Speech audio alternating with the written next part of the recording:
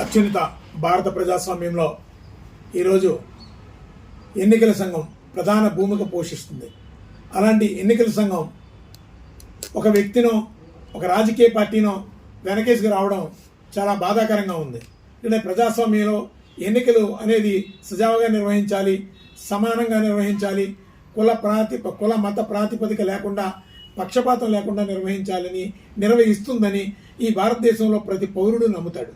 అలాంటి పరిస్థితుల్లో రాష్ట్రీయ ప్రజా కాంగ్రెస్ పార్టీ గత 26 ఏళ్లుగా అనేక ప్రజా ఉద్యమాల్లో ఉంటూ ప్రజా సమస్యల్ని ఎప్పటికప్పుడు ప్రభుత్వం దృష్టికి తీసుకెళ్తుంది. అలాగే 2000 సంవత్సరంలో ఎన్నికల సంఘం మాకు అధికారికంగా రిజిస్ట్రేషన్ కూడా ఇచ్చింది. కానీ ఇప్పటి వరకు కూడా ఎన్నికల సంఘం దగ్గర మా వాణి వినిపిస్తూనే ఉన్నాం. చిన్న పార్టీలు పెద్ద పార్టీలు అంటూ వ్యత్యాసం చూపిస్తూ వాళ్ళని ఒకలాగా పెద్ద రాజకీయ పార్టీలని ఒకలాగా వాళ్ళ దృష్టిలో పెద్ద రాజకీయ పార్టీలు అంటే ఈ కాంగ్రెస్ పార్టీ, భారతీయ జనతా పార్టీ, అలాగే ప్రాంతీయ పార్టీలు తప్ప, అధికారంలో ఉన్నటువంటి ప్రతిపక్షంలో ఉన్నటువంటి ప్రాంతీయ పార్టీలు తప్ప ఇంకో పార్టీలు కావు.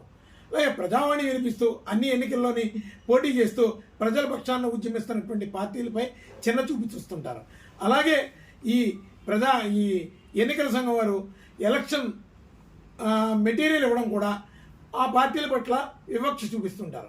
అలాగే అదేవిధంగా ఎన్నికల సంఘం ఫ్రీ సింబల్స్ లిస్ట్లో జనసేన పార్టీ గుర్తుని ఎప్పుడైతే ప్రకటించిందో వెంటనే మేము అప్లై చేసాం.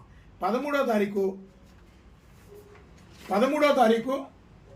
5వ నెల 2023వ తేదీని మేము ఎన్నికల సంఘానికి మేము అప్లై చేసుకున్నాం. అప్లై చేసుకుంటే మా దరఖాస్తుని పట్టించుకోకుండా నిర్లక్ష్యం చేశారు. ఆ నిర్లక్ష్యం చేయడంతో పాటు వాళ్ళు చేసినటువంటిది ఏంటంటే, మాకు ఇంకా ఎలక్షన్స్ ఉన్నాయి, ఎలక్షన్స్కి కన్నా మీరు అప్లై చేసేశారు, అందుకని మేము నోటిఫికేషన్ ఇస్తాం, అప్పుడు మీరు అప్లై చేయండి ఆ ప్రొసీజర్ ప్రకారం అని మాకు కరస్పాండెన్స్ ఇస్తూనే ఉన్నారు. ఎన్నికల సంఘం నుంచి మాకు నిత్యం కూడా 2023 నుంచి ఇప్పటి వరకు కూడా మాకు రిక్వెస్ట్లు ఎక్నాలజ్మెంట్లు వస్తూనే ఉన్నాయి. ఈ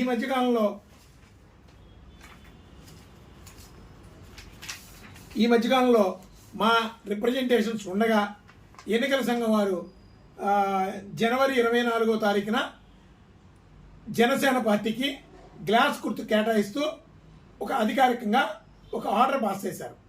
మా బాధ ఏంటంటే, నిజంగా మీరు జనసేన పార్టీ పట్ల ఎందుకు పర్సనల్ ఇంట్రెస్ట్ చూపిస్తున్నారనేది మాకు అనేక అనుమానాలు వస్తున్నాయి. అదే రోజు మేము 13వ తారీఖు నుంచి 5వ నెల నుంచి 2023 సంవత్సరం వరకు నుండి ఈ రోజు వరకు కూడా రెగ్యులర్ కరస్పాండెన్స్ ఉంది. మరి మాకు కనీసం జనసేనకి మీరు గాజు గ్లాస్ గుర్తే కేటాయించాలనుకుంటే అదే రోజు మొత్తం 9 పార్టీలకి మీరు గుర్తులు కేటాయించారు.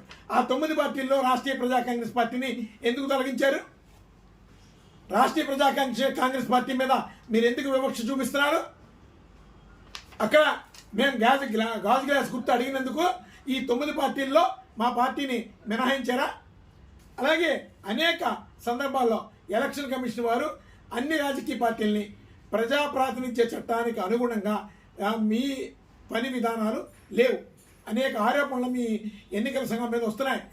కానీ మీరు నిష్పక్షపాతంగా మీరు విధులు నిర్వహించండి. అంతేగాని పవన్ కళ్యాణ్ గారికో లేదంటే వేరే కొన్ని పెద్ద రాజకీయ పార్టీలు అనుకుంటున్నటువంటి మీ పార్టీలకో మీరు కొమ్ము కాస్తే ప్రజాస్వామ్యం కూని అయిపోతుంది. అందుకని మేము న్యాయస్థానాన్ని ఆశ్రయించాం. ఈరోజు అవుట్రైడ్గా మీరు ముందుకు వచ్చి జనసేన పార్టీని మీరు అంత బలంగా కొమ్ము కాస్తుంటే అనేక అనుమానాలు వస్తున్నాయి. పవన్ కళ్యాణ్ గారి మధ్య అలాగే ఎన్నికల సంఘం మధ్య అసలు ఏం జరుగుతుందనేది మొట్టమొదటి బహిర్గతం కావాలి. దీని మీద మేము ఖచ్చితంగా ఒక పోరాటం చేస్తాం, న్యాయ పోరాటం చేస్తాం. న్యాయపరమైనటువంటి ఒక కమిషన్ని మేము కోరుతున్నాం. ఈరోజు ఎన్నికల సంఘం నిష్పక్షపాతంగా లేదు.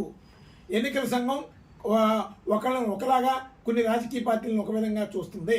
అందుకని ఖచ్చితంగా ఎన్నికల సంఘం విధి విధానాల మీద మాకు అనేక అనుమానాలు ఉన్నాయి.